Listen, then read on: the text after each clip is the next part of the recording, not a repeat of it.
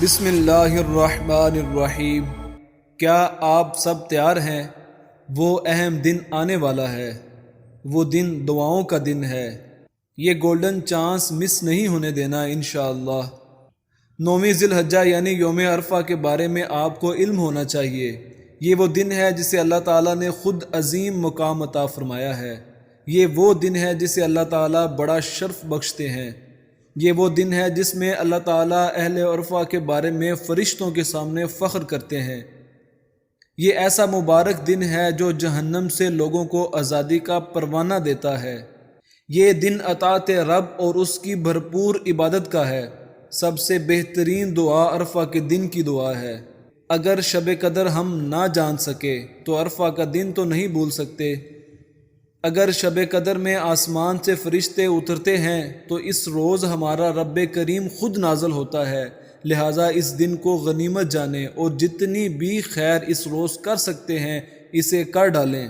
بس یہ ایک دن کا ہے جو سال میں ایک ہی مرتبہ آتا ہے۔ رات جلدی سو جائیے تاکہ اللہ تعالیٰ کی عبادت و اطاعت میں کچھ ہمت و طاقت محسوس ہو۔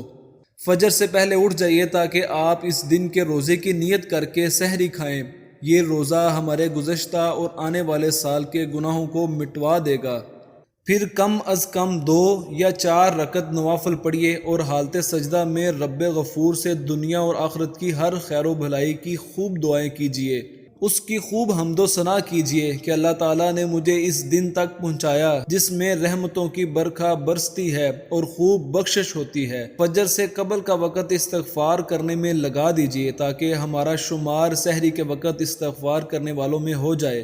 اذان فجر سے کم از کم 5 منٹ قبل تیار ہو جائیے اور یاد رکھیے ہمارے سارے گناہ دوران وضو آخری قطرے کے ساتھ نکل جاتے ہیں۔ پھر وضو کے بعد کی دعا پڑھیے، فجر کی نماز با جماعت پڑھیے اور اپنی جگہ طلوع صبح تک بیٹھیے، ذکر و اذکار اور تلاوت قرآن کریم میں گزاریے۔ سلام کے بعد تکبیرات پڑھنا بھی نہ بھولیے۔ نماز اشراق کو بھی وہیں ادا کیجیے تاکہ آپ رسول اللہ صلی اللہ علیہ وآلہ وسلم کے ساتھ ادا کیے گئے حج و عمرہ کا ثواب پا سکیں۔ اس نماز کو بالکل نہ بھولیے۔ اب آپ چاہیں تو سارا دن بالکل نہ سوئیں اور نہ ہی کوئی لمحہ بغیر یاد الہی یا دعا کے گزاریں، یا تھوڑی دیر سو جائیں اور نیت یہ ہو کہ اللہ تعالیٰ کی مزید عبادت کے لیے میں تر و تازہ ہونا چاہتا ہوں۔ اٹھ کر 4 رکعت نماز چاشت ادا کریں اور رب کریم کی بندگی اور اس کی رضا پانے کے راستے تلاش کریں، مثلا صدقہ کرنا، بیمار کی عیادت یا رشتہ داروں کا خیال وغیرہ، تاکہ اکتاہٹ نہ ہو۔ تکبیر، ذکر، تلاوت اور لا الہ الا اللہ وحدہ لا شریک لہ لہ الملک ولہ الحمد وہو علی کل شیء قدیر خوب پڑھیں۔ نماز ظہر با جماعت ادا کیجیے اور تکبیرات و تسبیح و تحمید کے ساتھ ساتھ تلاوت قرآن کریم بھی کیجیے۔ نماز عصر بھی ادا کیجیے اور تکبیرات کے ساتھ شام کے اذکار بھی کیجیے۔ مغرب سے تھوڑی دیر قبل تک قرآن مجید کی تلاوت اور دعائیں عاجزی سے کیجیے اور اپنی دعا میں اپنے پیاروں کو نہ بھولیے۔ اللہ تعالیٰ سے دعا کیجیے کہ مولا سورج اس وقت تک نہ ڈوبے جب تک مجھے جہنم سے آزادی کا پروانہ نہ مل جائے۔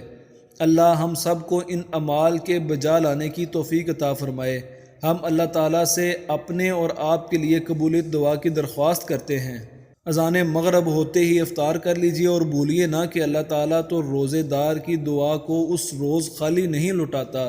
اللہ تعالیٰ ہم سب کو جہنم سے آزادی کا پروانہ نصیب فرما دے، آمین۔ جنہوں نے ابھی تک ہمارا چینل سبسکرائب نہیں کیا ان سے گزارش ہے کہ ہمارے چینل کو سبسکرائب کر لے اور بیل آئیکن کو دبا دے۔ جزاک اللہ خیرہ۔